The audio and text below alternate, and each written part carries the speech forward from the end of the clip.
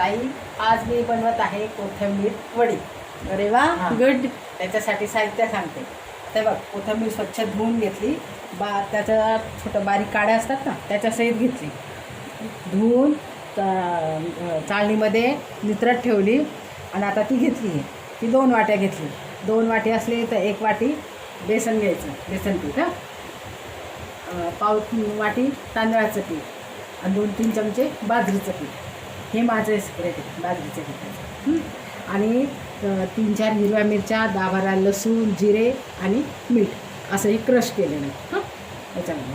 आणि 2 चमचे तीळ, थोडासा लिंबू पिळायचा आणि मीठ एवढं सगळं टाकायचं आणि हळद टाकायची. आता मी ते मळून घेते सगळं. आता बघ, थोडं आता हे टाकून घेते. हे बघा, आता हे असं टाकून घ्यायचं जसं तिखट पाहिजे तसं. जास्त नको आपल्याला तिखट. हे ना आधी असं एकत्र करून घ्यायचं आहे मला, नंतर मग लागत नाही ना, होते कुठे कुठे राहून जाते असं लावून घ्यायचं. एवढं झालं ना वगैरे त्याच्यामध्ये तांदळाचं पीठ, बाजरीचं पीठ आणि चणा पीठ. पिठं घ्यायचं. पीठ काबर आपण जास्त कमी घेतो, मग आपल्याला कोथिंबीरचा जास्त आला पाहिजे ना स्वाद. कोथिंबीरचा हे करून घ्यायचं. याच्यामध्ये 2 चमचे तीळ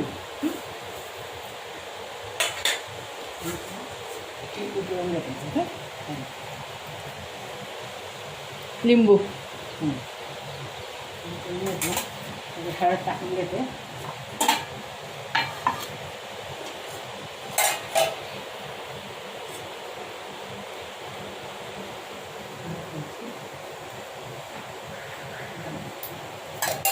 आणि 2 चमचे तेल घ्यायचं.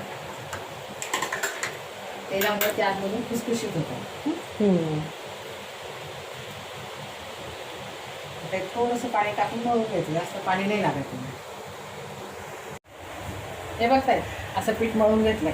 म्हणजे जास्त घट्ट पण नाही, काही नाही, असं पाहिजे सही. म्हणजे वड्या पण छान होतात आपल्या एकदम. असं रोल करून घ्यायचे गोल गोल. वाव, मस्त. एकच मोठा करण्यापेक्षा 2 केले नाही. हो, हे फुलं मोठेच होतात ना. तेल लावून घेतलंय चालणीला.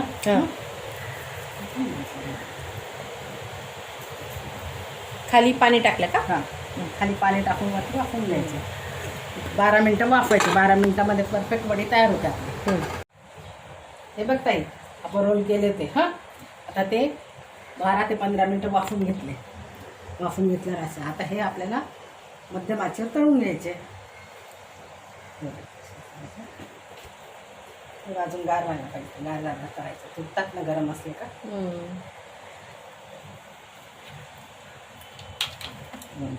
परत गार होईल. मला शालो फ्राय करायचे तर शालो फ्राय पण करू शकता तुम्ही.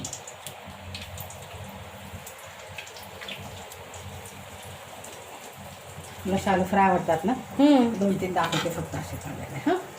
आणि तुला असे पण आवडतात खायला, हो की नाही?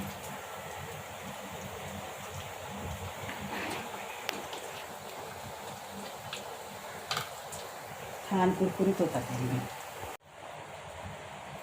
अशा प्रकारे आपली खुशी आणि चविष्ट एकदम कोथिंबीर वडी तयार.